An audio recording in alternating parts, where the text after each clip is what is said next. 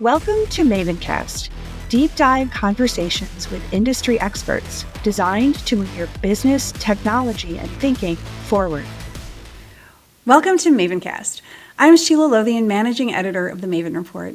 I'm excited you're here because today you get to listen in on a fascinating conversation between Lisa Dyer, Senior Vice President of Mainframe Services at Ensono, and Tina Tarquinio, Chief Product Officer for IBM Z and LinuxONE. This chat was recorded live at the IBM Innovation Studio in New York City with an audience of industry leaders. Lisa and Tina dive into what makes the IBM z17 mainframe such a game changer and some of the incredibly exciting ways its revolutionary advancements in AI, security, and modernization are shaping the future of enterprise IT. If you're curious about where mainframe technology is headed and what it's going to mean for your business, you're in the right place. Let's jump in. Here's Lisa. Welcome, everybody. Welcome back to our episode of the MavenCast. MavenCast is part of Ensono's thought leadership platform, Maven, where we explore the big ideas, the trends, and the events that are really shaping the enterprise technology landscape. And today we're talking about the new launch, general availability of z17 for the mainframe. And we have lots to discuss here, an exciting topic. We're going to pull up from the technical details a bit and really talk about some key ideas that we want you, the audience, to really think about, and we want to convey to you. I can't think of a better person to be here with us with her thought leadership, Tina Tarquinio, Chief Product Officer, IBM Z Platform and LinuxONE. Welcome. So happy to have you. Thank you. I'm delighted to be here. Thank you. Now, we're going to get right into it. Sure. So first question, we've heard a lot about what the Z17 can do. What's the big story here? What's the bigger story here from your perspective? As you've engaged with the market and your clients, what is this moment representing for the future of enterprise technology? Yeah, so if I zoom out and I think about, it takes around 5 to 6 years to make a mainframe, right? So we've been studying this market and this moment for several years and, in anticipation of releasing Z17. And if I really zoom out, to me, it's all about, understanding how you can leverage AI now. And that's a big goal, and I would challenge everybody to think about, how you can leverage it now for your business outcomes, but internally, and to really achieve some of the big goals you've set out for yourselves. And I think that's what our clients and the industry is really trying to struggle with. What's the first step they take? There's always, leaders that are well out in front of the pack and, maybe make it look easy. But I think that's what this moment is all about, right? AI is all around us, and it's probably the only thing we hear about some days, and it's really around, how can they actually, get some further outcomes using AI.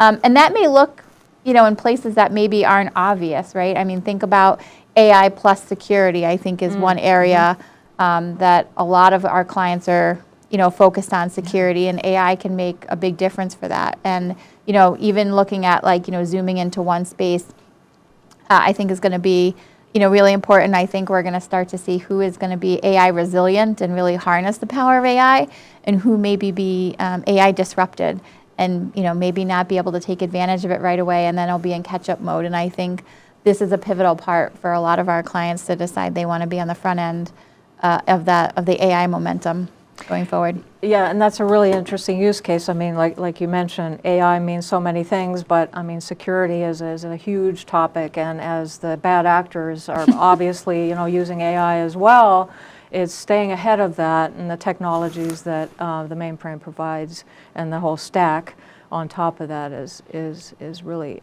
key. Right? Yeah, I mean, we introduced quantum safe encryption, 3 years ago with Z16. Mm-hmm.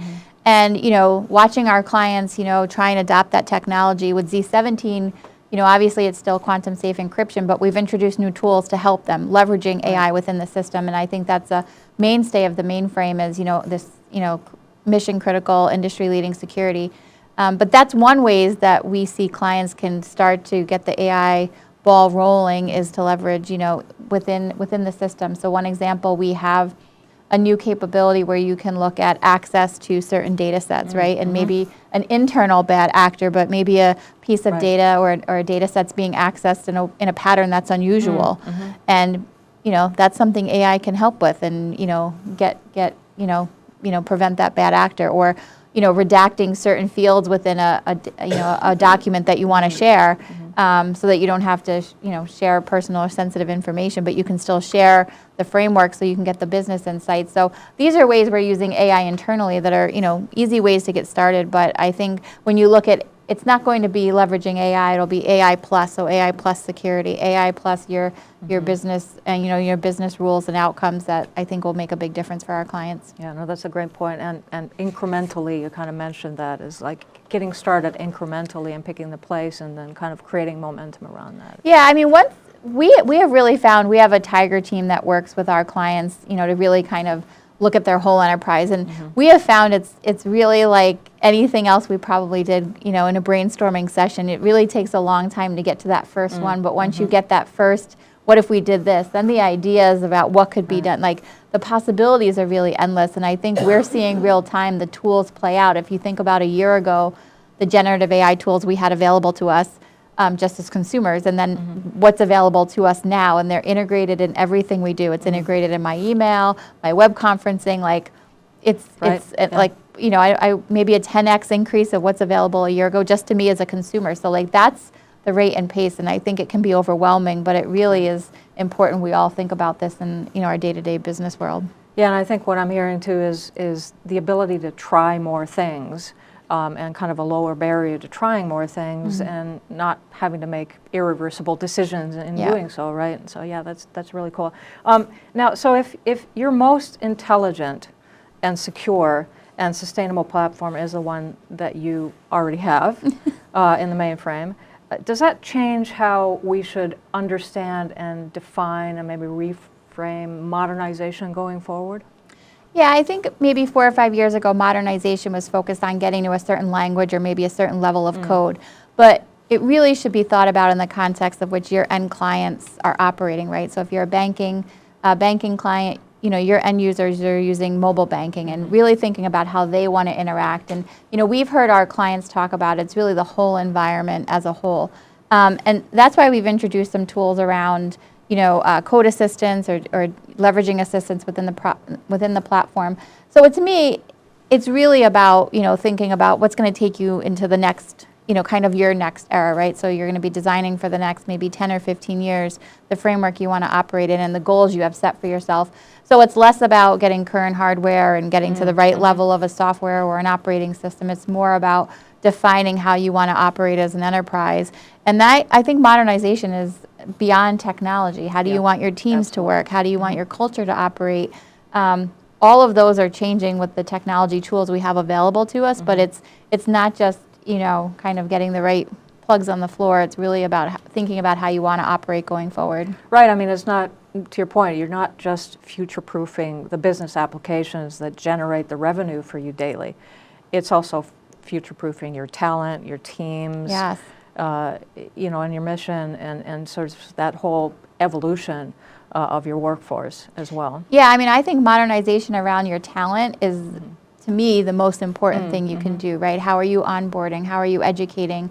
How are you making sure that the new hires after them aren't in the same spot they're in, they're in today? So to me, that is the most important thing you can do. Most of us work in a, human capital-based business, and our talent is what makes us successful. And if we can't modernize the way in which they work and are successful, then I think everything else is, subject to that. Now, of course, I think currency matters, and I'd love you all to have current mainframes, but I think the way we think about talent is the most important thing we should be modernizing looking forward. Yeah, no, that's a great point. So one more thing. Sure. So what is the one thing that you'd urge the C-suite leaders to be thinking about right now that they might not be? What's the bold question that they should be asking themselves now?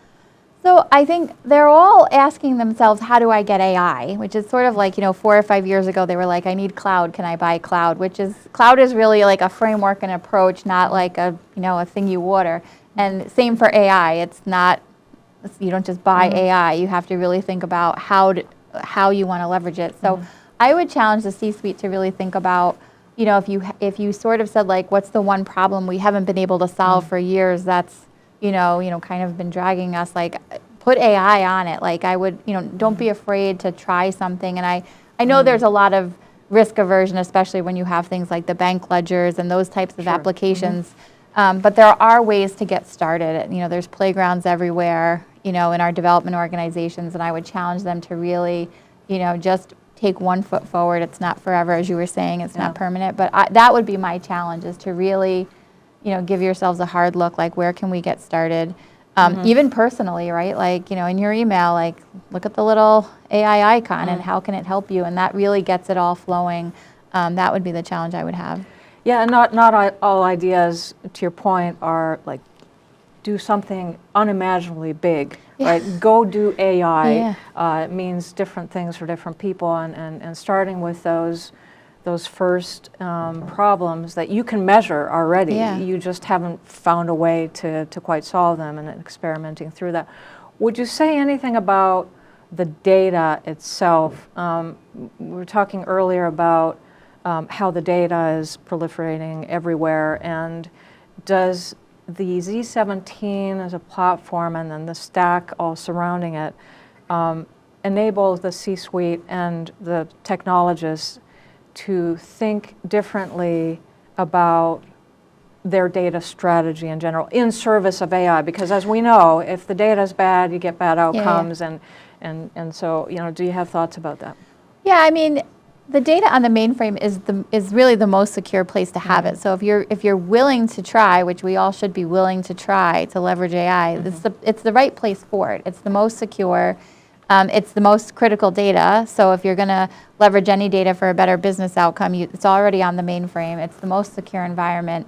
And chances are the business logic that will make the most difference to your bottom line is also there. So it really is the best place to start. If that's too hard, if you step one step back and you look at the applications that are running your mainframe, and again, like, back to the talent, there's ways to get started with AI to help that talent. So, with some of our assistants. So to me, it's really the perfect place to start. It's a secure environment, and it's probably the place you're going to get the biggest bang as an outcome. And I know that that's sometimes hard, but I think as technology leaders, we all have it.